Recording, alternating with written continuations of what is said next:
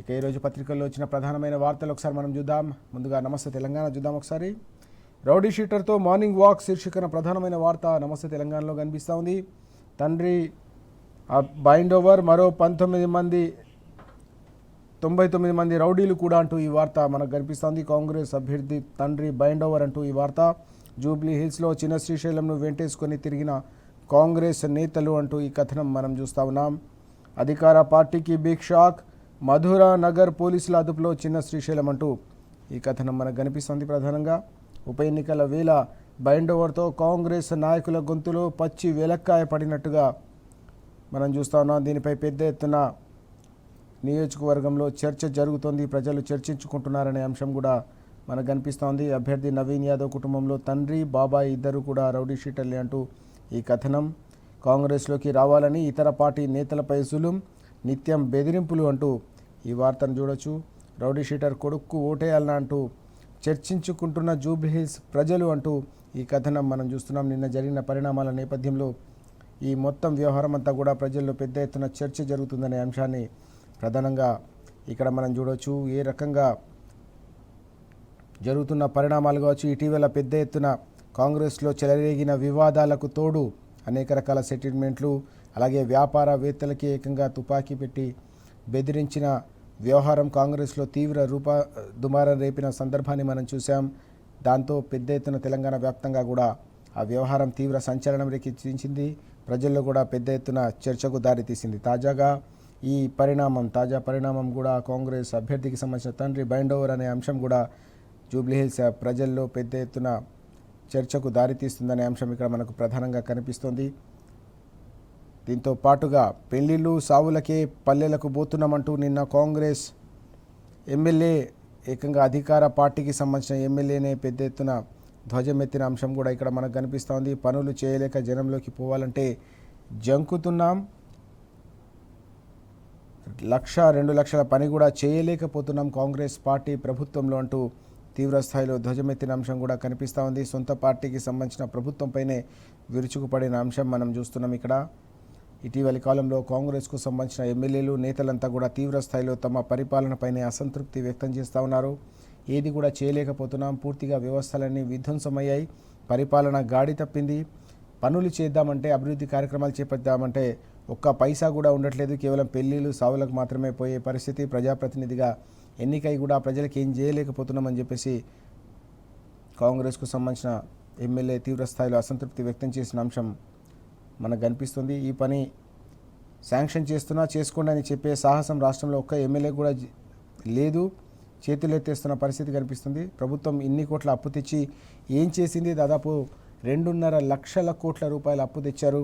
మరి ఆ అప్పు ఎటుపోయింది, ఏం చేస్తున్నారు దాంతో అని చెప్పేసి కూడా నిలదీస్తున్న పరిస్థితి. ఓవైపు సంక్షేమం గాడి తప్పింది, అభివృద్ధి కార్యక్రమాలు ఆగిపోయాయి.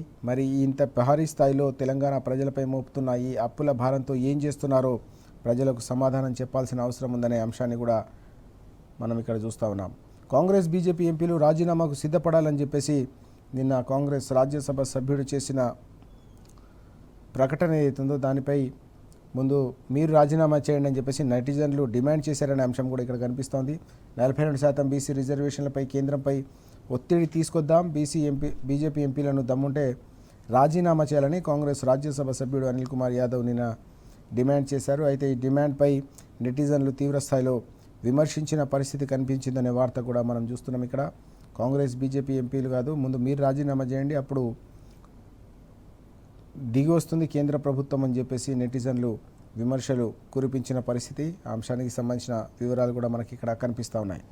ఇక బీహార్ నుంచి రేవంత్ అవుట్ అంటూ మరో వార్త. ఎన్నికల ప్రచారం నుంచి తప్పించిన కాంగ్రెస్ అధిష్టానం అంటూ ఈ కథనం కూడా కనిపిస్తుంది. స్టార్ క్యాంపెయినర్ల జాబితాలో చోటు లేని వైనమంటూ ఈ వార్తను మనం చూస్తున్నాం. ఇది చాలా కీలకమైన పరిణామంగా కాంగ్రెస్ పార్టీలో చూడవచ్చు. అన్నిటికంటే ముఖ్యంగా ఇటీవలి కాలంలో అక్కడ ప్రచారానికి వెళ్ళిన సందర్భంలో బీహార్ నాయకుడు పీకే ఇటీవల ఒక కొత్త పార్టీకి అంకురార్పణ చేసి ఏకంగా ఎన్నికలకు సంబంధించిన ప్రచారంలో విస్తృతంగా గతంలో కూడా పాదయాత్ర చేసి ఇటీవల కూడా ప్రచారం నిర్వహిస్తున్న పీకే పెద్ద ఎత్తున విమర్శలు గుప్పించారు. గతంలో బీహార్ డిఎన్ఏ అని చెప్పేసి విరుచుకుపడిన కాంగ్రెస్ పార్టీకి సంబంధించిన నేతలను ఎట్లా బీహార్లో ప్రచారానికి పిలుస్తారని చెప్పేసి ఏకంగా రాహుల్ గాంధీనే టార్గెట్ చేస్తూ వారంతా తీవ్ర స్థాయిలో విమర్శించిన పరిస్థితి. దీంతో కాంగ్రెస్ పార్టీ పూర్తిగా అంతర్మథనంలో పడిపోయిందని చెప్పవచ్చు. ఒకవేళ కనుక తెలంగాణ నుంచి నేతలను ముఖ్యమంత్రిని ప్రచారానికి పిలిస్తే అది మరింత బూమెరాంగ్ అయి సెల్ఫ్ గోల్గా మారుతుందనే ఆందోళనతోనే స్టార్ క్యాంపెయినర్ల జాబితా నుంచి పేరును తొలగించారు. ముఖ్యమంత్రి పేరును తొలగించింది కాంగ్రెస్ హైకమాండ్ అనే అంశం కూడా ఇప్పుడు పెద్ద ఎత్తున చర్చకు దారితీస్తుంది. బీహార్ నుంచి రేవంత్ అవుట్ అంటూ ఈ కథనం మనకు నమస్తే తెలంగాణలో ఫస్ట్ పేజ్లో కనిపిస్తూ ఉంది. ఇక కాంగ్రెస్తో పూర్తిగా ఆటో వాలాలు దివాలా తీశారనే ఒక కీలకమైన అంశం మనం ఇక్కడ చూస్తున్నాం. మొత్తం రాష్ట్రంలో ఏ రకంగా అన్ని వర్గాల ప్రజలు రోడ్డున పడ్డారో దానికి తోడుగా అన్నిటికంటే ముఖ్యంగా ఆటో వాలాలంతా కూడా ఈరోజు 6.5 లక్షల మంది ఆటో వాలాలు, వారి కుటుంబాలు దాదాపు 25 లక్షల మంది మొత్తం కుటుంబ సభ్యులంతా కూడా రోడ్డున పడ్డ పరిస్థితి ప్రస్తుతం తెలంగాణ వ్యాప్తంగా కూడా నెలకొందనే అంశాన్ని నిన్న కేటీఆర్ గారు ప్రస్తావించిన పరిస్థితి. ఆటో వాలాలకు సంఘీభావంగా ఆయన ఆటోలో ప్రయాణించి నిన్న తెలంగాణ భవన్ కూడా ఆటోలోనే వచ్చారు. పెద్ద ఎత్తున పార్టీ కూడా ఈ కార్యక్రమాన్ని చేపట్టిన సందర్భం మనం చూసాం. 2 ఏళ్ల కాలంలో 1 కాదు 2 కాదు ఏకంగా 161 మంది రైతులు, 161 మంది ఆటో డ్రైవర్లు ఆత్మహత్య చేసుకోవడం అనేది అత్యంత బాధాకరమైన విషయాన్ని ఆయన ఈ సందర్భంగా తీవ్ర ఆవేదనకు గురయ్యారు. ఈ అంశాన్ని తెలుసుకొని పేదలు ఉసురు తీయడమే మొత్తం ఒక పనిగా పెట్టుకుంది ప్రభుత్వం అని కూడా మండిపడిన సందర్భం కనిపించింది. ఇంత భారీ స్థాయిలో పిట్టల్లా రాలిపోతున్న ఆటో డ్రైవర్లు ఏకంగా తమ కుటుంబాలను పోషించుకోలేక, కిరాయిలు కట్టలేక, పిల్లల ఫీజులు చెల్లించలేక పూర్తిగా రోడ్డున పడతా ఉంటే వారి గురించి కనీసం కూడా ప్రభుత్వానికి ఆలోచన లేదు. నెలకు 1000 రూపాయల చొప్పున సంవత్సరానికి 12,000 ఇస్తామన్నారు. 2 ఏళ్ళు గడిచింది, 24,000 బాకీ పడ్డారు ప్రతి ఆటో డ్రైవర్కి. దాదాపు 15,000కు సంబంధించిన కోట్లు కూడా దాదాపు 1,500 కోట్ల వరకు కూడా వారికి పూర్తి స్థాయిలో 6.5 లక్షల మంది ఆటో డ్రైవర్లకు బాకీ పడిన అంచనా కూడా కనిపిస్తూ ఉంది. కానీ ప్రభుత్వం ఇప్పటివరకు ఆ దిశగా కనీసం ఒక్క అడుగు వేసిన సందర్భం లేదు. ఫ్రీ బస్తో ఎదురయ్యే విపరిణామాల గురించి ఆలోచించకుండా ఒక పథకాన్ని అమలు చేశారు. ఆ పథకంతో మహిళలు కూడా ఇబ్బందులు పడుతున్న పరిస్థితి. కేవలం కొన్ని డొక్కు బస్సులకు మాత్రమే పరిమితం చేసి ఇతర బస్సులకు కూడా దాన్ని అమలు చేయడం లేదని కూడా విమర్శించిన సందర్భం, ధ్వజమెత్తిన సందర్భం కూడా మనకు కనిపించింది. ఓవైపు ఆడబిడ్డలు ఇబ్బందులు పడుతూ ఉన్నారు, మరోవైపు ఆటో డ్రైవర్లు కూడా తీవ్ర స్థాయిలో అవస్థలు పడుతూ ఉన్నారని చెప్పేసి కేటీఆర్ గారు విరుచుకుపడిన అంశం మనకి ఇక్కడ కనిపిస్తూ ఉంది.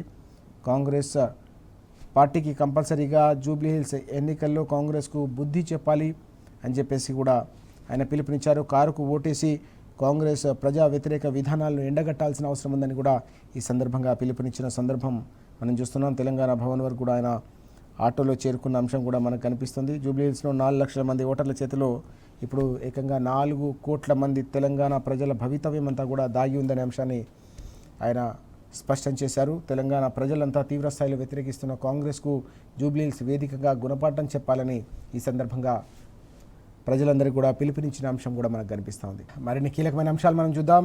యాసంగి బోనస్ ఎగవేత అంటూ మరో కీలకమైన వార్త కూడా మనకు కనిపిస్తూ ఉంది. ఇప్పటికే యూరియా కొరతతో తీవ్రమైన అవస్థలు పడ్డ రైతాంగానికి బోనస్ కూడా ఎగవేస్తోంది ప్రభుత్వం అనే కీలకమైన అంశం ఇక్కడ మనం చూస్తున్నాం. ఇప్పటికే కొనుగోలు జరపకుండా రైతులని అగచాట్ల పాలు చేస్తూ ఉన్నారు. అనేక చోట్ల అకాల వర్షాలకు ధాన్యం అంతా కూడా కొట్టుకుపోతుంది.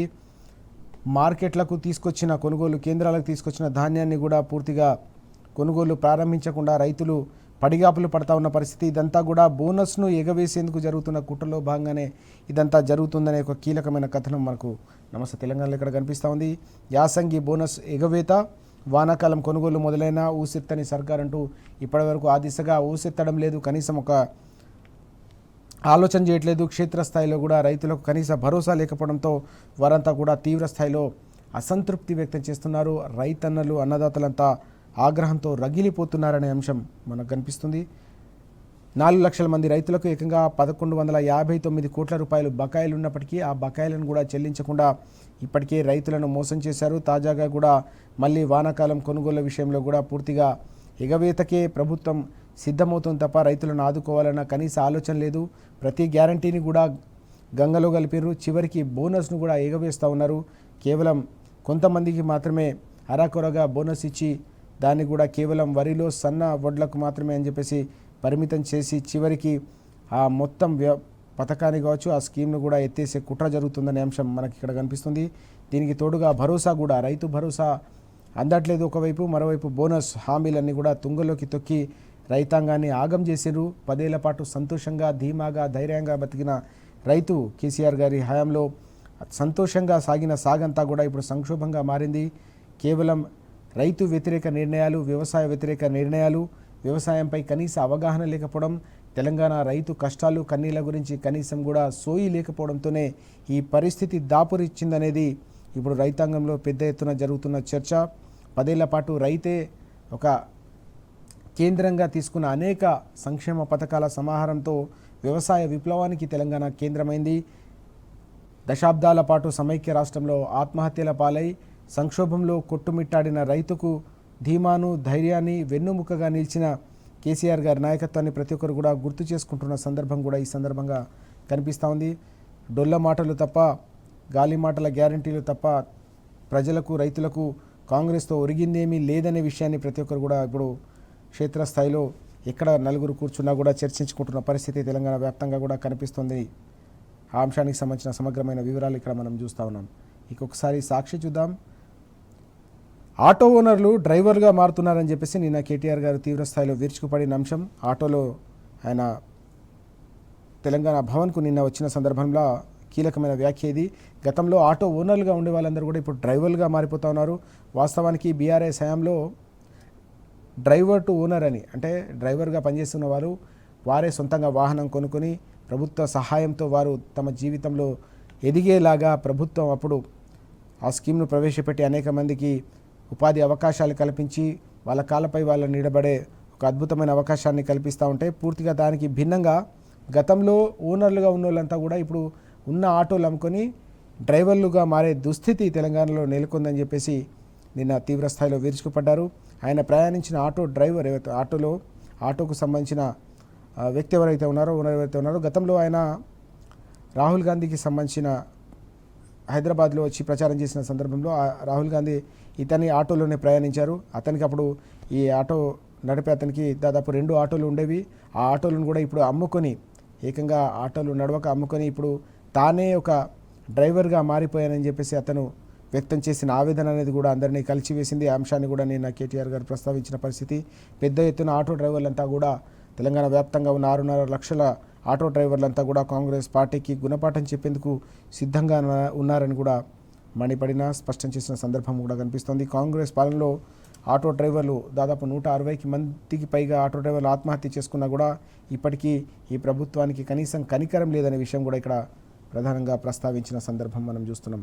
ఇక ఈనాడు ఒకసారి చూద్దాం. ఈనాడులో ఇందిరమ్మ రాజ్యం అంటే అన్ని వర్గాలకు కూడా ఇబ్బంది పెట్టడమే అంటూ నిన్న కేటీఆర్ గారు ధ్వజమెత్తిన అంశం మనకు కనిపిస్తూ ఉంది. భారాస కార్యనిర్వాహక అధ్యక్షులు కేటీఆర్ ఆరోపణ. గతంలో రాహుల్ గాంధీ ప్రయాణించిన ఆటోలో తెలంగాణ భవన్కు అంటూ ఈ వార్త మనం చూస్తూ ఉన్నాం. అనేక వర్గాలకు ఇప్పటికే అనేక రకాలుగా బాకీ పడ్డ ప్రభుత్వం ఆటో డ్రైవర్లకు కూడా 24,000 బాకీ పడింది. ఓవైపు ఫ్రీ బస్సుతో వీరి జీవితాలన్నీ కూడా అతలాకుతలమైతే కనీసం కూడా ఆదుకోవాల్సిన ఆలోచన లేకుండా ఇచ్చిన హామీని కూడా తుంగలో తొక్కి ఆటో డ్రైవర్లను ఆగం చేసింది ప్రభుత్వం అని చెప్పి మండిపడ్డారు. మరోవైపు ఆటో కార్మికుల ఓట్లు దండుకొని మోసం చేశారంటూ హరీష్ రావు గారు కూడా తీవ్ర స్థాయిలో మండిపడ్డ అంశం కూడా మనకు కనిపిస్తోంది. ఎన్నికల సందర్భంలో రకరకాల హామీలు ఇచ్చి మోసం చేశారు. ఆటో డ్రైవర్ల ఉసురు కంపల్సరీగా ఈ ప్రభుత్వానికి తగులుతుందని హరీష్ రావు గారు మండిపడిన అంశం కూడా మనకి ఇక్కడ కనిపిస్తూ ఉంది. సిబిఐ విచారణకు సిద్ధమా అంటూ కీలకమైన వార్త కూడా మనకు కనిపిస్తుంది. రేవంత్ రెడ్డి దమ్ముంటే ముందుకురా, హరీష్ రావు సవాల్ అంటూ ఈ వార్త హరీష్ రావు గారు విసిరిన సవాల్కు సంబంధించిన అంశం కూడా కనిపిస్తుంది. కాంగ్రెస్ సర్కార్ది క్యాబినెట్ కాదు, దండుపాల్యం ముఠానే అంటూ ఆయన మండిపడిన అంశం కూడా ఇక్కడ మనకు కనిపిస్తూ ఉంది. దీనికి సంబంధించిన సమగ్రమైన వివరాలు కూడా మనం ఇక్కడ చూస్తూ ఉన్నాం. జ్యుడిషియల్ ఎంక్వైరీకి సిద్ధం కావాలని చెప్పేసి కూడా ఆయన పిలుపునిచ్చిన అంశం కూడా ఇక్కడ కనిపిస్తుంది. రోలర్ చపాతీ మేకర్ను తెచ్చి బీఆర్ఎస్ ఓటర్లను తప్పుదోవ పట్టించే కుట్రలకు కాంగ్రెస్ సర్కార్ తెరతీసిందని కూడా ఆయన మండిపడిన అంశం కూడా మనం ఇక్కడ చూస్తూ ఉన్నాం. ఓటర్లు అప్రమత్తంగా ఉండాలి, కారు గుర్తు అలాగే బ్యాలెట్ పేపర్లో పైనుంచి 3వ నంబర్ అనే విషయాన్ని కూడా గుర్తుంచుకోవాలని చెప్పి పిలుపునిచ్చిన అంశం నిన్న ఆ వివరాలు కూడా మనం ఇక్కడ ప్రధానంగా చూస్తూ ఉన్నాం. ఇక మరో కీలకమైన వార్త కూడా ఇక్కడ కనిపిస్తుంది. సవాల్ విసిరి ముఖం చాటేస్తారా అంటూ నిన్న మాజీ మంత్రి కొప్పుల ఈశ్వర్ గారు మండిపడిన అంశం కూడా ఇక్కడ కనిపిస్తుంది. మంత్రి అడ్లూరిని నిలదీసిన కొప్పుల, అంబేద్కర్ విగ్రహం వద్దకు కొప్పుల సహా ఇతర బీఆర్ఎస్ నేతలు, అడ్డుకున్న పోలీసులు, నేతల అరెస్ట్ అంటూ కీలకమైన వార్త కూడా కనిపిస్తోంది. సవాల్ విసిరి ఆ సవాల్ను స్వీకరిస్తే కనీసం చర్చకు రాకుండా చాటేస్తారా? మీరు నిజంగానే చిత్తశుద్ధి ఉంటే వచ్చి చర్చలో పాల్గొనాలి, సవాల్ను విసరడం కాదు, సవాల్ను స్వీకరిస్తే చర్చకు కూడా సిద్ధం కావాలని చెప్పేసి నిన్న కొప్పుల ఈశ్వర్ గారు ప్రభుత్వానికి మంత్రులకు సవాల్ విసిరిన సందర్భం కూడా కనిపించింది. నిలదీసిన అంశం కూడా మనకు కనిపించింది. ప్రభుత్వం పూర్తిగా వైఫల్యం చెందడం వల్లే ఏ అంశంపై కూడా చర్చకు వచ్చే పరిస్థితి లేదు. అనేక అంశాలపై కూడా పూర్తిగా వైఫల్యమై ప్రజలు ఇప్పటికే పూర్తి స్థాయిలో వ్యతిరేకతతో కూరుకుపోయిన నేపథ్యంలోనే వారు చర్చకు రావట్లేదనే అంశాన్ని ఇక్కడ మనం ప్రధానంగా చూస్తూ ఉన్నాం. ఇక మరో కీలకమైన వార్త ఇక్కడ మనకు తెలంగాణ టుడేలో కూడా కనిపిస్తూ ఉంది. Rahul Gandhi failed Telangana's auto drivers అంటూ ఈ వార్త. Demands implementation of auto drivers welfare board annual financial aid అంటూ ఈ వార్తను ప్రధానంగా మనం చూడొచ్చు. ఇందులో కూడా గతంలో ఆటో డ్రైవర్ల సంక్షేమానికి తీసుకున్న కార్యక్రమాలు కావచ్చు, వారికి సంబంధించిన అనేక రకాల వారి కుటుంబాలకు రకరకాల రూపాల్లో సంక్షేమ పథకాల రూపంలో అందిన సాయం గురించి కూడా ప్రస్తావించిన సందర్భం. వాస్తవానికి ఈ ఆటో డ్రైవర్ నిన్న ప్రయాణించిన ఆటో డ్రైవర్ కూడా అనేక అంశాలని వెల్లడించిన పరిస్థితి. తన పెళ్ళైన సందర్భంలో తన భార్య కుటుంబానికి సంబంధించిన వాళ్ళందరికీ కూడా షాదీ ముబారక్ అందిందని, తన తండ్రికి సంబంధించిన పెన్షన్ కూడా అందిందని, దాని తర్వాత పిల్లలు పుట్టిన సందర్భంలో కేసీఆర్ కుట్టు కూడా అందుకున్నానని చెప్పేసి ఆటో డ్రైవర్ తన సంక్షేమ పథకాలతో తన కుటుంబానికి జరిగిన మేలు గురించి, గతంలో 10 ఏళ్ల పాటు బీఆర్ఎస్ హయాంలో జరిగిన సంక్షేమం గురించి తన అభిప్రాయాలను పంచుకున్నాడు. కానీ కాంగ్రెస్ వచ్చిన తర్వాత పూర్తిగా సంక్షేమ పథకాల మాట దేవుడెరుగు, ఉన్న ఉపాధి కోల్పోయి రోడ్డున పడ్డా. గతంలో 2 ఆటోలు ఉండేవి. రాహుల్ గాంధీ కూడా తన ఆటోలోనే ప్రయాణించాడని చెప్పిన సందర్భం. ఆ ఆటోలు కూడా అమ్ముకొని ఇప్పుడు డ్రైవర్గా మారిన దయనీయమైన పరిస్థితి ఉందని చెప్పి ఆయన వ్యక్తం చేసిన ఆవేదన ఏదైతే ఉందో అదంతా కూడా ఇప్పుడు తెలంగాణ వ్యాప్తంగా కాకుండా జూబ్లీహిల్స్లో కూడా పెద్ద ఎత్తున చర్చకు దారితీస్తున్న పరిస్థితి కూడా కనిపిస్తోంది. తప్పకుండా దీనికి కేవలం రాష్ట్ర ప్రభుత్వమే కాదు, రాహుల్ గాంధీ కూడా సమాధానం చెప్పాలి. తెలంగాణకు వచ్చి రకరకాల హామీలు ఇచ్చి రకరకాల వాగ్దానాలు చేసి మళ్ళీ 22 నెలలుగా కనీసం తెలంగాణ వైపు కన్నెత్తి కూడా చూడడం లేదు. ఇది తెలంగాణ ప్రజలను నయవంచనకు గురి చేయడం అని చెప్పేసి కూడా నిన్న కేటీఆర్ గారు తీవ్రస్థాయిలో విరుచుకుపడిన అంశం ఇక్కడ ప్రధానంగా మనకు కనిపిస్తూ ఉంది.